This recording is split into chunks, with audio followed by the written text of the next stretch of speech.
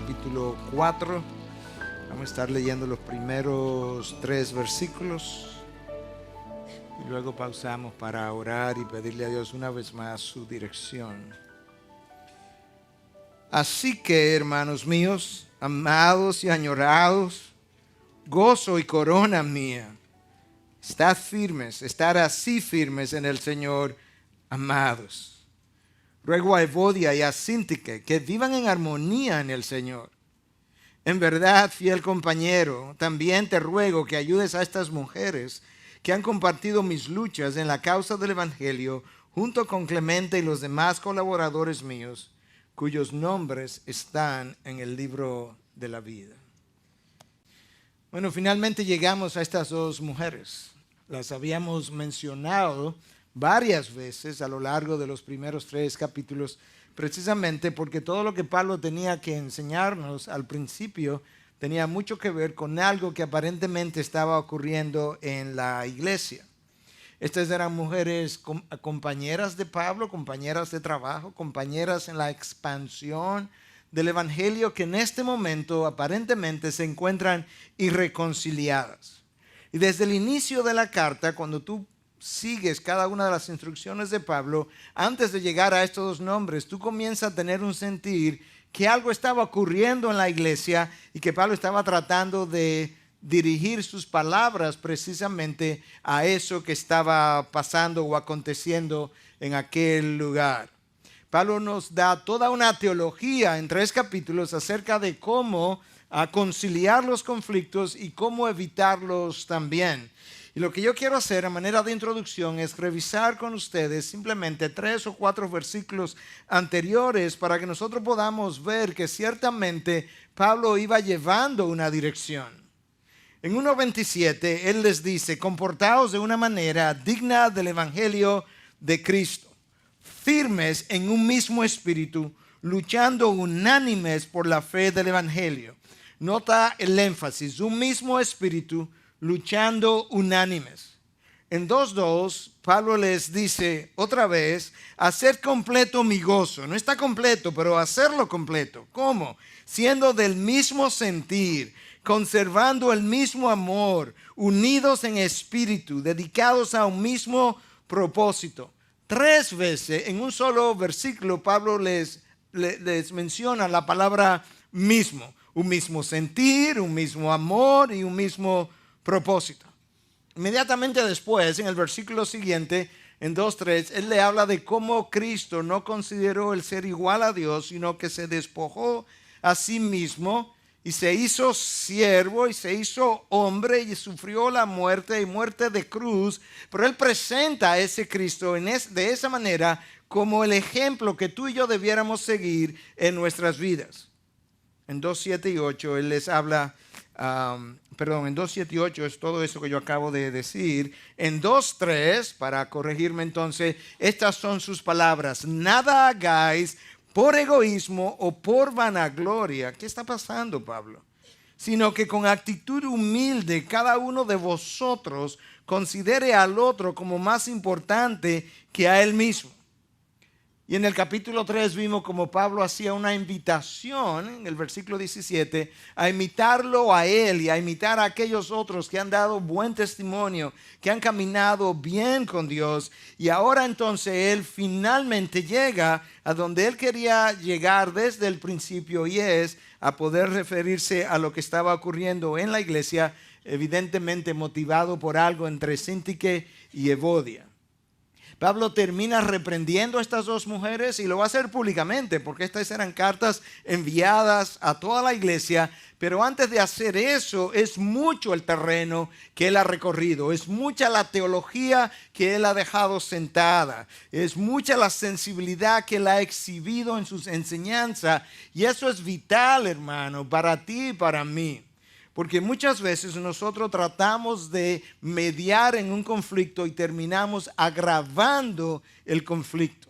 Quizás no de manera intencional, Quizá es más subconsciente que consciente, pero si nosotros no tenemos en mente la teología correcta, la actitud de corazón que Dios nos manda a tener, la sensibilidad que Pablo exhibe, lo más probable es que tú o yo terminemos involucrados en el conflicto y aumentando el conflicto en vez de reducirlo. Pastor, pero si fue con buenas intenciones.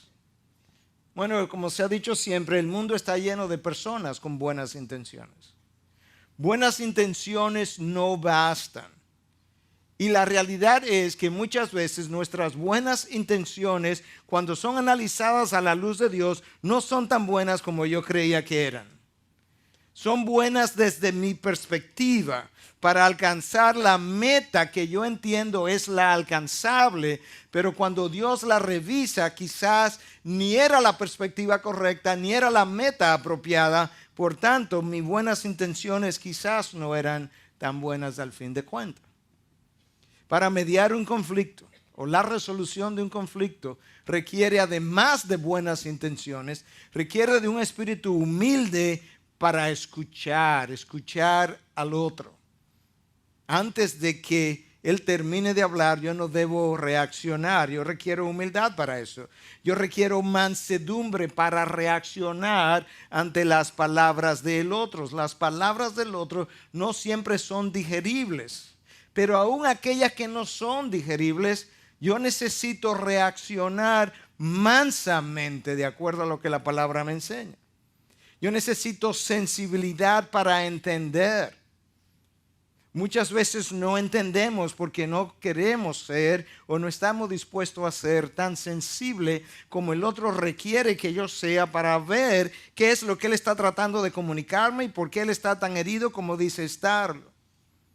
Y requiere también sabiduría de lo alto para nosotros poder aconsejar ya sea a otros o a nosotros mismos. Por 3 capítulos Pablo despliega todas esas cualidades. Pablo la exhibe, la expone, las explica y luego entonces finalmente él llega a Síntique y a Evodia. Es más, antes de llegar a ellas, todavía Pablo está exhibiendo esas cualidades en el versículo introductorio cuando se refiere a ellos, cuando les llama hermanos míos, amados, añorados, gozo y corona mía. Él no ha llegado a Síntique, él no ha llegado a Evodia, pero él quiere que ellos sepan cuánto ellos significan para él. Ellos son sus hermanos en la fe, lo que implica que Cristo ha derramado sangre por esta gente. Ellos no solamente son sus hermanos, ellos son su gozo, ellos son todo lo que él expresa aquí. Tú tienes que imaginarte que alguien o una congregación que sea todo esto para un hombre, para un pastor, cuando él la ve dividiéndose, él tiene que sentirse profundamente dolido. Si Evodia y Síntique son hermanas por las cuales Cristo derramó sangre, ver la sangre dividida debe ser profundamente doloroso. Y es más, cuando tú consideras las condiciones en las que Pablo está. Estas son personas a quienes él ama. 2 veces en un solo versículo le dice, amados, amados, agapetos. Ustedes me duelen. No solamente les llama amados, llama añorados. En otras palabras, yo les amo tanto que les echo de menos. Yo tengo ansias de verlos. Yo sueño con verlos, por así decirlo. Cuando tú añoras algo, es algo que tú deseas. Y eso es exactamente lo que Pablo está tratando de comunicar. Y luego les dice, ustedes son mi gozo. Ustedes fueron plantados por mí. Yo los he visto crecer, yo los he visto multiplicarse. Ustedes han participado conmigo en la expansión del evangelio. Ustedes son mi gozo. Ustedes son mi corona. La palabra que ahí aparece como corona es interesante porque no es diadema, que es la corona del rey, es Estefano. Y Estefano era la corona que los atletas recibían al final de la competencia, al final de una carrera. Cuando ellos habían ganado el premio, le colocaban un Estefano. Y Pablo está diciendo, ustedes son ese Estefano para mí. Yo no estoy al final de mis días porque yo todavía tengo esperanza de salir de la cárcel, pero sé que estoy al final de mi tiempo y ustedes pueden ser considerados como el Estefano sobre mí. Ustedes son parte de lo que Dios pudiera darme de recompensa como corona al final de mi carrera. Por eso son parte de mi gozo. Años han pasado. Y años después, 10 años después de plantar esta iglesia, Pablo todavía los recuerda y los añora y los ama y les llama mi gozo y mi corona. Pastor, pero si ellos están como dividiéndose. Sí, lo que ocurre es que Pablo ha encontrado lo que C.J. Mahaney ha popularizado, yo creo, cuando habla de ver evidencias de gracia en el otro. ¿Qué es eso? Es el hecho de que tú sabes que este hermano, esta iglesia o conjunto de hermanos han sido lavados por la sangre y tienen estas debilidades y tienen estas dificultades como los corintios.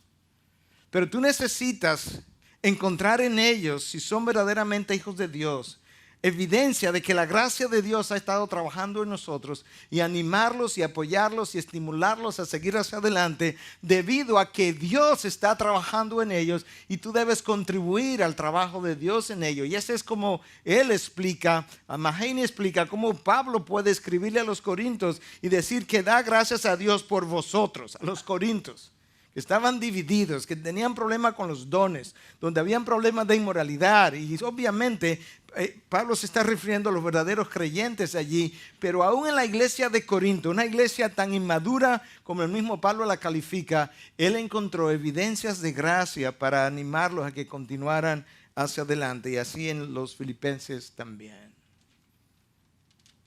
Para comparar eso con la facilidad que nosotros borramos a alguien de nuestra mente o de nuestro corazón cuando fallamos, o cuando yo fallo y tú me borras, o tú fallas y yo te borro. Los corintios fallaron, los filipenses fallaron, los gálatas fallaron, pero Pablo permanece con un corazón pastoral, animándolos y encontrando estas evidencias en ellos. Y luego que los introduce de esta manera, dice, estar así firmes en el Señor, amados. Hay un llamado una vez más a permanecer firme. La palabra ahí traducida como firmes es una palabra que se usaba en la milicia para hablar de algo, de una posición que a ti se te había entregado, que tú no necesitas conquistar porque ya está conquistada. Tú no necesitas ganar la posición, ya está ganada. Tú lo que necesitas es retenerla, firmes. Pablo habla de eso en Efesios 6, cuando habla de la armadura de Dios. De esa misma manera, yo no necesito conquistar mi posición, yo no necesito ganarla. Cristo la ha ganado, la batalla y la victoria están proclamadas, pero yo necesito permanecer y retener la posición que ya Él me ha otorgado. Y cuando nosotros comenzamos y entramos en conflicto como Evodia y Síntique, yo comienzo a ceder terreno que no le pertenece a Satanás, pero que de alguna manera en mi corazón o en mi entorno, Él ha comenzado a conquistar debido a la manera como yo me he dejado influenciar. Y Pablo está diciendo, no, amados, permanecer firmes, retener la posición, permanecer en eso que Dios te ha entregado. Hay diferentes maneras como tú y yo, una iglesia, puede perder su firmeza. Puede ser por una mala doctrina, como fue el caso de los Gálatas, que abrazaron un evangelio basado en las obras, y cuando tú haces eso, tú comienzas a construir sobre la arena. Y tú entonces no estás firme. en otras ocasiones. Pudiera ser una desilusión, como le pasó a los apóstoles el viernes en la noche, cuando Cristo no estaba y estaba enterrado y ellos no estaban creyendo en la resurrección y sus ojos no veían más allá del viernes como son los nuestros, y frecuentemente nuestra visión pesimista de la vida tiene que ver con el hecho de que mis ojos solo pueden alcanzar hasta el viernes en la noche y no puedo ver el domingo de resurrección. A veces esa desilusión que me roba la firmeza que hasta ese momento yo había tenido. Otras veces nuestra falta de fe. Nosotros creemos, pero a la vez somos incrédulos. No temas. Continuamente Cristo enfatizaba ese mandato a los discípulos. Quizás el mandato más frecuente en toda la palabra. No temas, cree solamente, le dice Cristo a Jairo cuando su hija murió. Y tú y yo necesitamos oír eso una y otra vez, porque nuestra preferencia no es a caminar por fe, sino a caminar por vista. La vista nos da a nosotros seguridad, según nosotros entendemos seguridad, pero la fe me da a mí dependencia. Y Dios quiere que yo camine por dependencia y no por fe. Esto requiere más una vida que espera en Dios, más que planifica en Dios. Es algo que Dios hace y no estamos en contra de la planificación, pero Dios quiere que yo dependa primordialmente en la medida en que avanzo. Ahora, es posible tener la buena doctrina, es posible tener una fe madura, es posible no estar en medio de una desilusión y como quiera perder firmeza, perder la estabilidad, que es lo que estaba pasando aquí en Filipos. Hay una desavenencia entre dos personas que aparentemente tenían cierta preponderancia en la congregación. Hay algo que se está viendo amenazado. No hay nada que amenace más la estabilidad de una iglesia que la posibilidad de un conflicto que se disemina en la iglesia. Y ese conflicto comienza siempre a nivel del corazón, pero como de la abundancia del corazón habla la boca, en esa misma medida entonces los corazones se van viendo involucrados y de repente tenemos una situación similar a la de Filipos como en esta ocasión ocurrió. La razón por la que nosotros perdemos estabilidad, por la que perdemos firmeza cuando el conflicto nos invade, es que nosotros hemos fragmentado aquello que Cristo nos entregó, aquello que Cristo unió. Ahora nosotros hemos permitido la fragmentación de eso. En segundo lugar, nosotros consumimos energías emocionales y físicas reales en medio de los conflictos y no hay nada más drenante, no hay nada que desgaste más que la presencia de un conflicto. Y ese conflicto a la vez nos quita concentración para correr la carrera. De manera que de repente yo me siento drenado por el gasto emocional, me siento drenado por la falta de concentración, me siento drenado porque las energías que yo debía emplear en la expansión del reino, en aconsejar a otros, en unir a otros, en predicar su palabra, en orar, en estudiar su palabra, ahora yo tengo que gastarla en memorizar, en recordar, en rumiar, regurgitar cosas que continúan gastándome aún más. Y esto tiene cierta importancia porque cuando tú lees esto varias veces y vuelve y lo lee, te percata de que el lenguaje de Pablo revela que él está preocupado. Él está cargado con esta situación. Y está cargado, estando él ya cargado por otras cosas, pero aparentemente esto ha alcanzado proporciones significativas. Y de hecho todo el mundo que ha tratado de estudiar este texto sale con la misma conclusión. Esto no es un conflicto entre Evodia y Síntique solamente. Y hay varias razones por las que pudiéramos decir esto. En primer lugar, para comenzar a analizar que esto no es un conflicto pequeño en este momento, no es como que Pablo vive en Filipos y acaba de enviar un email. Evodia y Síntique, por favor, pónganse de acuerdo. No, eso no es. Pablo está a 900 kilómetros de distancia. Pablo está en una prisión oscura donde él a veces duda de si va a salir con vida o no. Y allá él acaba de escuchar de un conflicto que existe en la iglesia de Filipos. ¿Tú no crees que esto fue un simple desacuerdo? Esto viajó 900 kilómetros de distancia. Y hay que molestar a Pablo, un apóstol que tiene una vida que a lo mejor la va a perder, para que él pueda mandar a decir algo a la iglesia. Tú puedes percatarte de cuán lejos y qué tan rápido viajan no solamente las malas noticias, pero aquellas malas noticias que tienen olor a chisme. Tú te imaginas un hombre, tú te imaginas en una prisión oscura, fría, solo. Ya él ha dicho que solamente tenía a Timoteo, del mismo sentir de él, solo.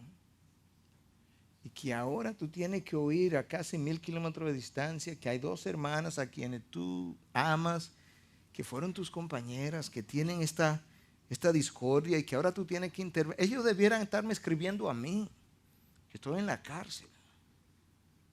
Yo no sé cómo Pablo tuvo la serenidad para hacer eso, lo cuidadoso que fue, cómo tuvo la concentración, la paz para escribir todo lo que escribió en los primeros 3 capítulos, para luego, todavía de otra manera sensible, introducir el tema de Evodia y de Síntique. Nosotros necesitamos esa sensibilidad, necesitamos esa gracia. Cuando nosotros nos ha faltado gracia, con frecuencia, cuando alguien nos aborda y nos menciona la ausencia de gracia, frecuentemente tratamos de responder diciendo, bueno, pero es la verdad, como si eso nos excusara para haber sido insensibles. No, Cristo nunca divorció su gracia de su verdad. Y Pablo tampoco. Pablo tiene 3 capítulos dejando ver cuál es el terreno sobre el cual debieran construir esta reconciliación. Recordemos, hermano, que el chisme viaja rápido, viaja lejos, es muy destructor cuando llega, y una vez entra a mi mente es difícil de sacar el impacto que causó. Bueno, ya lo aclaramos todos. Sí, pero yo recuerdo hace 3 días. Yo pensé que lo habíamos aclarado todo. Sí, está muy bien, lo aclaramos, pero te das cuenta que no es tan fácil sacar de nuestra mente, de nuestra memoria emocional, el impacto que tuvo el chisme o la mala noticia en el primer lugar. Pablo conoce eso, él conoce las dimensiones que esto puede tener. Y entonces cuando le escribe a estas hermanas, les dice que les ruega a Evodia y a Síntique que vivan en armonía en el Señor. Primero les llama a estar firmes en el Señor, y ahora les llama a estar en armonía en el Señor. La palabra armonía en el diccionario de la Real Academia tiene la misma definición que en el lenguaje original. Es una combinación de sonidos simultáneos y diferentes, pero acordes. Imagínate una sinfónica. Sonidos simultáneos, pero no acorde. Cada cual tocando por su lado. Bueno, si te imaginas a Síntique y a Evodia como 2 instrumentos musicales, ellas no están siguiendo al director de la orquesta. Ellas no están creando una armonía, ellas están creando una cacofonía. Que de nuevo, tanto en el español como en el lenguaje original es definida de la misma manera. Disonancia que resulta, escucha, de la inarmónica combinación de los elementos acústicos. Eso es exactamente lo que está pasando. Evodia y Síntique, cuando hablan, están disonantes, están creando una disonancia que es inarmónica cuando sus elementos verbales, acústicos, son escuchados. Y Pablo dice, por favor, vivan en armonía en el Señor. No hay otra manera de hacerlo que no sea en el Señor. Y si estamos en el Señor, no hay forma de que no estemos en armonía. La frase en el Señor es muy paulina, una y otra vez aparece en sus cartas. En el Señor, en este caso, y yo diría que Probablemente tiene aplicaciones similares en cualquiera de los otros casos. Pero en este caso, vivir en armonía en el Señor tiene que ver con que tú vas a pensar lo que necesitas pensar acerca de esta convivencia con Evodia y Síntique a través de la mente de Cristo. Tú vas a decidir a través de los valores y del sentimiento y del corazón y de la mente de nuestro Señor. Y tú lo vas a hacer de una manera que sea conveniente para el reino. Y es más, no es solamente que sea conveniente para el reino, sino que tú estás dispuesto a tomar esa decisión en favor del reino, aun si eso es en perjuicio tuyo.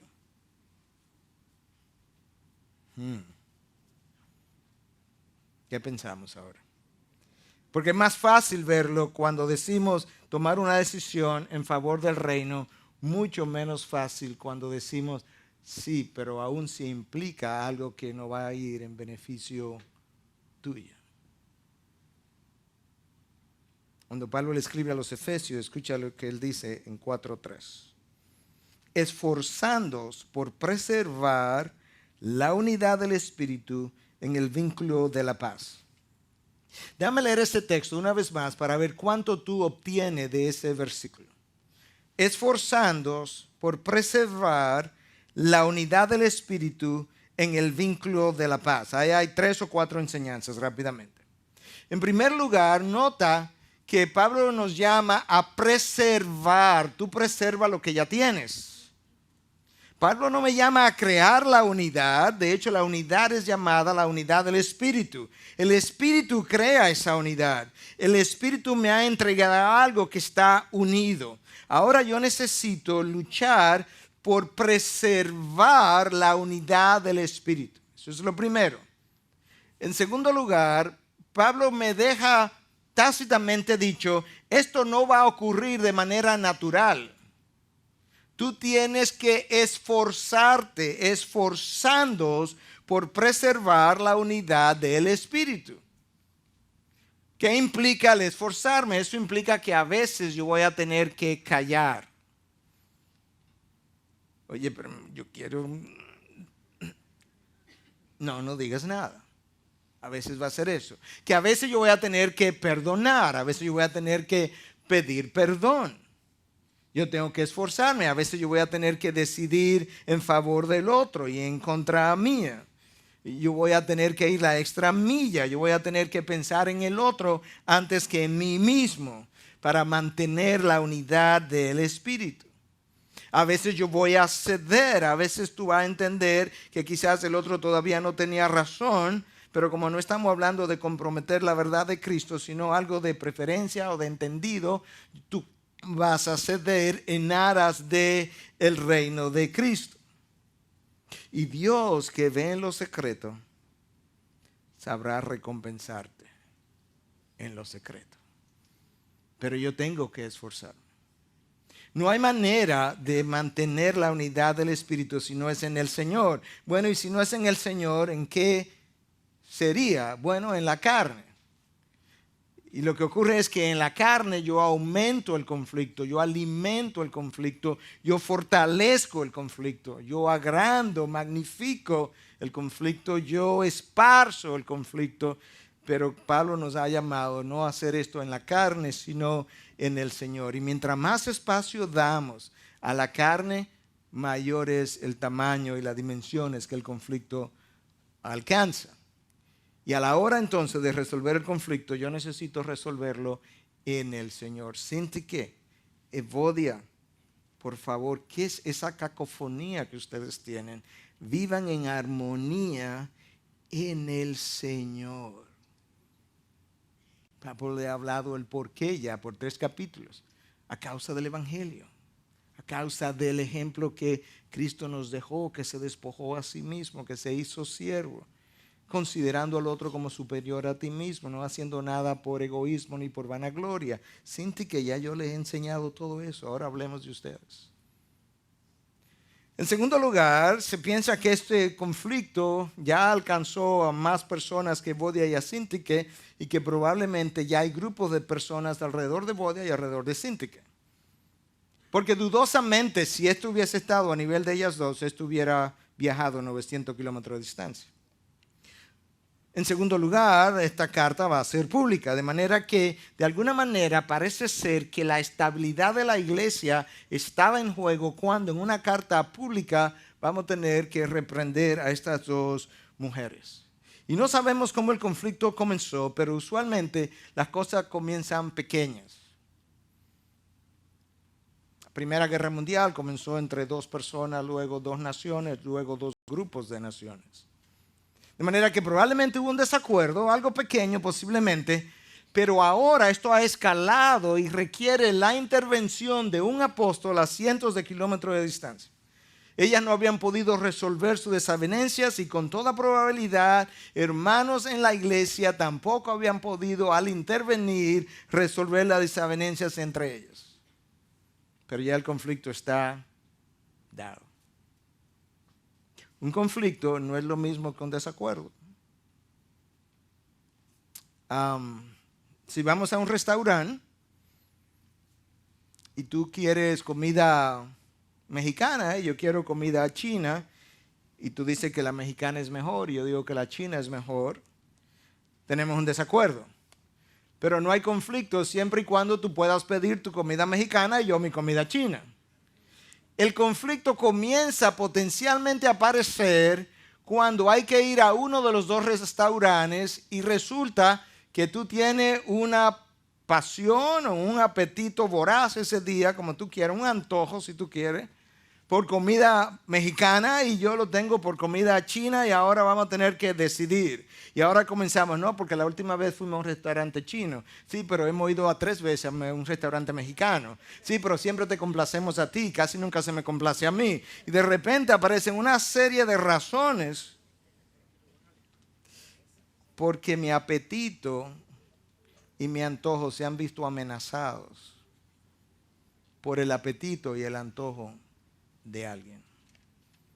Entonces la diferencia entre un desacuerdo y un conflicto es que en el conflicto hay una amenaza que es percibida, que puede ser física, puede ser emocional, puede ser algo tan sencillo como lo que yo acabo de mencionar, puede ser estatus, puede ser relación, pero las personas involucradas en el conflicto han percibido una amenaza a algo en sus vidas.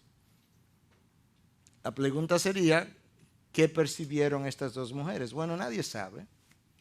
Quizás fue liderazgo, hay múltiples especulaciones. Quizás fue estas mujeres, como voy a explicar un poco más adelante, lo más probable es que eran líderes dentro de esta iglesia. Quizás la amenaza percibida era el liderazgo de una o el liderazgo de otra.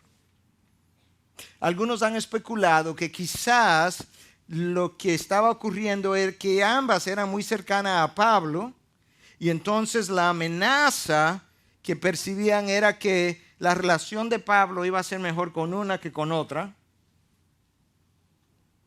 Y esa especulación viene del hecho de que eso no es infrecuente, que cuando nosotros estamos cerca de alguien, la esposa que está cerca de su esposo, el esposo que está cerca de su esposa, y hay alguien que se acerca y vemos que la relación parece estar en peligro, nosotros reaccionamos. Es una reacción humana no buena, pero normal entre nosotros. Lo que no podemos olvidar, hermanos, que en la mayoría de los conflictos o en todos hay una buena cantidad de cosas malentendidas. Y mientras más pasa el tiempo, más malentendidas se ponen las cosas. Y eso empeora la situación. Porque el malentendimiento se convierte en nosotros en realidad. Ese es el problema, que ya no es un malentendimiento, es una realidad. Y tú me lo explicas y yo te entiendo y te decía, bueno, está bien, te perdono. Pero cuando tú sales, yo me quedo en la mente pensando, sí, esto fue lo que él dijo ahora, racionalizándolo. Pero la verdad fue que esto fue lo que ocurrió. Todavía sigue siendo realidad en tu mente, aunque te lo expliqué que no era así. Pablo dice, la manera de lidiar con esto es todo esto que yo he dicho en los primeros 3 capítulos. Nuestras inseguridades alimentan el conflicto, magnifican el conflicto. Es el lente a través del cual el conflicto se ve mucho mayor y mientras más inseguro soy, mayor es el conflicto y más frecuentemente se dan los conflictos. Ahora, permítame agregar algo que Yo estoy convencido por lo que veo en la Biblia, por lo que veo en la historia de la iglesia, por lo que veo en mi propia historia. Dios permite los conflictos. No porque son buenos, pero sacan cosas a la luz que para el trabajo de Dios son buenas. Los conflictos sacan a colación nuestros temores. Cuando no hay temor, no hay conflicto, no tengo nada que temer. Yo temo mi estatus, yo temo una relación, yo temo que no voy a poder disfrutar una comida. Lo que yo temo es lo que genera el conflicto. Los conflictos generan o ponen de manifiesto nuestro egoísmo que rehúsa ver el punto del otro. Los conflictos generan o revelan nuestros celos, nuestras iras, nuestras heridas que retenemos como evidencia de que me heriste y no quiero perder la evidencia porque en algún momento tú vas a pensar que no fue mi culpa. Yo quiero que tú entiendas hoy y siempre que fue siempre tu culpa y seguirá siendo tu culpa y aquí está la herida fresca para que lo podamos probar. Somos así. Los conflictos ponen de manifiesto nuestras expectativas irreales.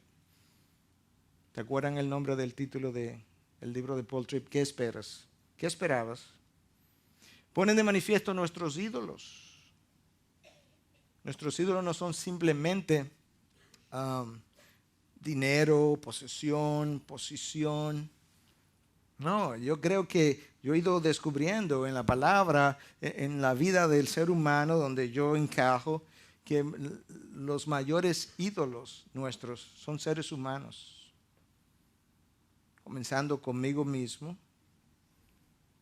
luego seres humanos cercanos a nosotros y los más cercanos son nuestros hijos, o el esposo o la esposa. Los conflictos ponen de manifiesto nuestro orgullo que resiste negociar, que resiste ceder. Y finalmente ponen de manifiesto muchas veces nuestra inmadurez que revela falta de crecimiento. Hermano, la próxima vez que tú estés en un conflicto, tratas de pensar a través de todo lo que Pablo ha dicho en los primeros 3 capítulos. La próxima vez, yo creo que esto es una anotación importante, que tú veas a 2 hermanos en un conflicto. Hermano, por el amor de Dios, si va a tratar de mediar, no tome posición. Tú no tienes que tomar posición, tú no eres parte del conflicto. Una vez tú tomas una posición, ya tú eres parte del conflicto. Necesitas otro mediador que no sea parte del conflicto. Tú puedes ver dónde están las posiciones, pero no tomes posición. Lamentablemente, mientras más cerca está la persona a nosotros, con más facilidad yo tomo el lado de esa persona por la cercanía que tenemos y damos como bueno y válido muchas veces esa posición, y las probabilidades de que nosotros tomemos esa posición va a estar directamente relacionado a la cercanía que nosotros tengamos con la persona. Hermano, tú no sabes, o quizás yo no sé, o quizás ninguno de nosotros sabemos cuán difícil es para un ser humano decidir o pensar en contra de la persona que está cerca de ti. La probabilidad es que si mi esposa me ve en un conflicto o yo la veo a ella, ella va a asumir que yo tengo razón o yo voy a asumir que ella tiene razón. Pero no siempre es así, porque yo no soy Cristo y ella no es Cristo. Si es tu amigo o es tu tío o es tu amigo, no importa. Trata de permanecer imparcial, oyendo si quieres mediar, oyendo a ambas partes y no influenciando al uno día al otro, sino ayudando a ambas partes a ver lo que están haciendo, sintiendo, pensando a través de la mente de Cristo. Ese sería el rol del mediador. En tercer lugar, se piensa que este conflicto ha alcanzado dimensiones significativas porque Pablo está pidiendo a un intermediario, a quien él le llama súsugos, un fiel compañero, que intervenga, que trate de reconciliar, y no sabemos quién él es. Algunos han especulado que es Epafrodito, el que probablemente está llevando esta carta. Pero no sabemos el nombre de esta persona, quién es, pero quien sea, probablemente Pablo entiende o que tiene la madurez espiritual para hacerlo, o que él tiene un corazón de pacificador.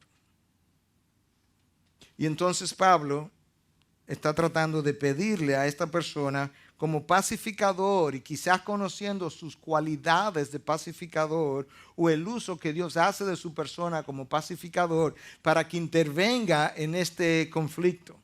Cristo nos dejó dicho que bienaventurados son los pacificadores, pues ellos serán llamados hijos de Dios. Ese pacificador debe ser una persona madura, sensible, humilde, racional, imparcial, sin prejuicio, sin favoritismo. Y nosotros necesitamos pacificadores en medio de la grey. Todo el tiempo. Nosotros somos seres humanos.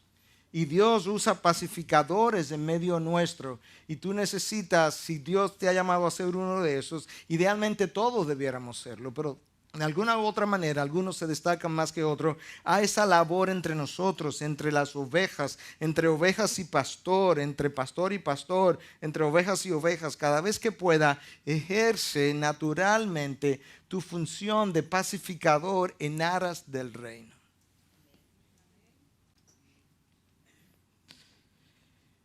Cuando el conflicto no se resuelve pronto, el corazón comienza a endurecerse. Y el corazón endurecido comienza a dar señales de endurecimiento. Lo vemos en consejería con frecuencia. Ese es un corazón que regurgita continuamente la ofensa recibida. Ese es un corazón que con frecuencia se enfoca en la injusticia percibida o recibida, o sufrida o experimentada, en el daño que le han hecho. En la medida en que ese tiempo pasa y ese corazón se va endureciendo aún más, comienza a mostrar otras señales entonces de endurecimiento. Y el corazón comienza a discutir de manera desafiante en medio del conflicto. Ese corazón no acepta mediadores, no acepta una solución que pueda ser ofrecida, no acepta excusas. Ese corazón endurecido no cree, no confía en las motivaciones del otro. Y ese corazón así endurecido comienza a aislarse de los demás. Pablo no nos da los detalles de hasta dónde esto ha calado, pero es obvio que esto tiene una dimensión que requiere toda una carta de parte de un apóstol que está preso, cuya vida está a punto de perder, pero él tiene que intervenir. Por encima de eso, él tiene que intervenir. Aquí hay algo grave que está en juego. En cuarto lugar, se piensa que el tamaño de este conflicto era significativo porque no se está hablando de dos recién llegadas o recién nacidas que están en conflicto en la congregación. Estas dos mujeres, escucha cómo Pablo las describe, mujeres que han compartido mis luchas en la causa del evangelio junto con Clemente y los demás colaboradores míos. En una sociedad altamente machista, que en esta carta estas dos mujeres alcanzaran renombre, por así decirlo, público, para ser nombradas de esa manera, implica con toda probabilidad que ellas debieron haber sido mujeres de liderazgo dentro de la congregación. Y eso agrava el problema. Porque si hay algo que nosotros sabemos es que los conflictos de nosotros los líderes son peores muchas veces que los conflictos de las ovejas. Nosotros creamos olas más grandes. Nosotros arrastramos personas con nosotros. Es lo natural. Pedro se desvía y comenzó a arrastrar a Bernabé. Y Pablo tuvo que confrontar eso. Eso es común. Nosotros los líderes tenemos convicciones más fuertes usualmente que las ovejas. Y por tanto, en medio del conflicto tendemos a ser más orgullosos que las ovejas. Porque nuestras convicciones están más arraigadas. Satanás conoce eso. Él no es estúpido. Él es sabio. Él nos ha estudiado. Y él sabe cómo él puede crear la división y el derrumbe de la iglesia. Y lamentablemente, como muchos han escuchado en consejería cuando han venido donde mí, ninguno de nosotros ve las cosas como son, sino como nosotros somos. Todos nosotros, todos, absolutamente todos. Esa es la razón, para usarme a mí mismo como ilustración, que en ocasiones alguien ha tenido algo pequeño en la clínica. Quizás yo no he ido, se ha ofendido conmigo. Y esto no es una justificación, es una explicación. Cuando alguien me lo menciona, como médico que soy, acostumbrado a ver barbaridades, yo digo, pero si eso era algo sencillo. Para mí eso no requería ninguna consideración especial. Pero yo lo estoy viendo como médico, como yo soy, pero la realidad es que para la oveja no era así, era otra cosa. Y yo no puedo justificar lo que es para mí. Yo tengo que tratar de salirme del uniforme de médico, ponerme el uniforme de oveja, ponerme en los zapatos y verme ahí en desconocimiento de lo que me está pasando para decir, ok, pero yo entiendo lo que estaba tratando de decir. ¿Y qué voy a hacer? Pedir perdón, no me queda de otra. Pero en medio del enfrentamiento, nosotros no vemos las cosas como son, las vemos, mejor dicho, como son, sino como nosotros somos. ¿Y cómo somos en medio del enfrentamiento? ¿Cómo estamos? Heridos, airados, molestos. Y así las vemos. En la medida en que el conflicto se prolonga la herida y el olor se va aumentando. Lamentablemente a veces, yo tuiteé algo de eso hace como una semana, a veces retenemos la herida porque es la evidencia de que no es mi culpa. Y a veces hacemos eso. En quinto lugar, este conflicto debió haber tenido un tamaño significativo por algo que ya yo mencioné, es que esta carta no se llama Síntique y Evodia, o Evodia y Síntique, como si se llama Filemón, Tito, Timoteo, eran cartas personales. Esto es una carta pública a toda la iglesia. Si este era un conflicto entre Evodia y Síntique, había que tener una carta que se llamara como la de Filemón, Evodia y Síntique.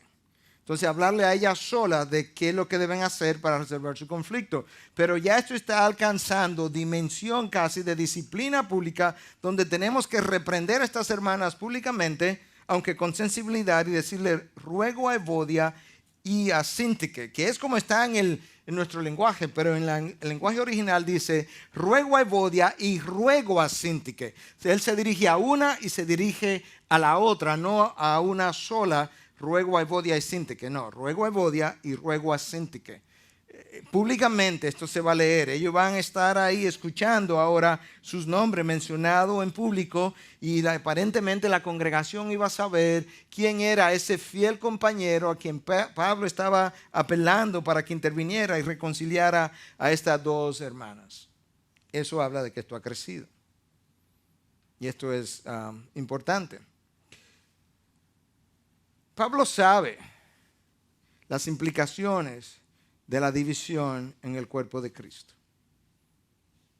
Él recuerda estas palabras en un contexto distinto, pero yo la quiero mencionar y aplicarlas. Él recuerda las palabras del Señor Jesús cuando le acusaron de expulsar demonios por el poder de Belcebú. Él recuerda estas palabras de Mateo 3, 24 y 25. Escúchala y luego yo la voy a aplicar.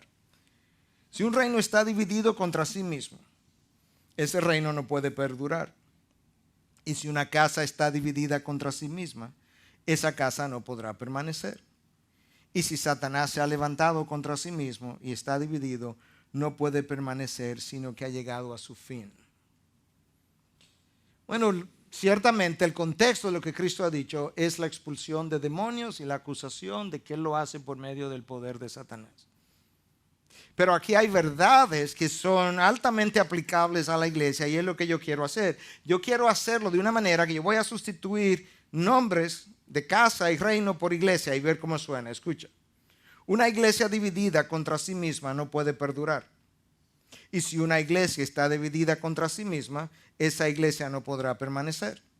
Y si Satanás hace que un miembro de una iglesia se levante contra otro y la iglesia se logra dividir, no podrá permanecer, sino que ha llegado a su fin. Yo creo que eso lo podemos hacer con libertad. Esa aplicación. Pablo sabe.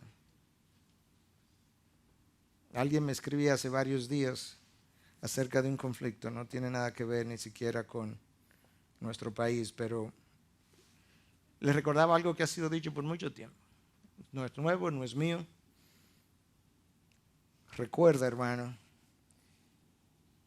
que Dios construye a su pueblo, con su gente.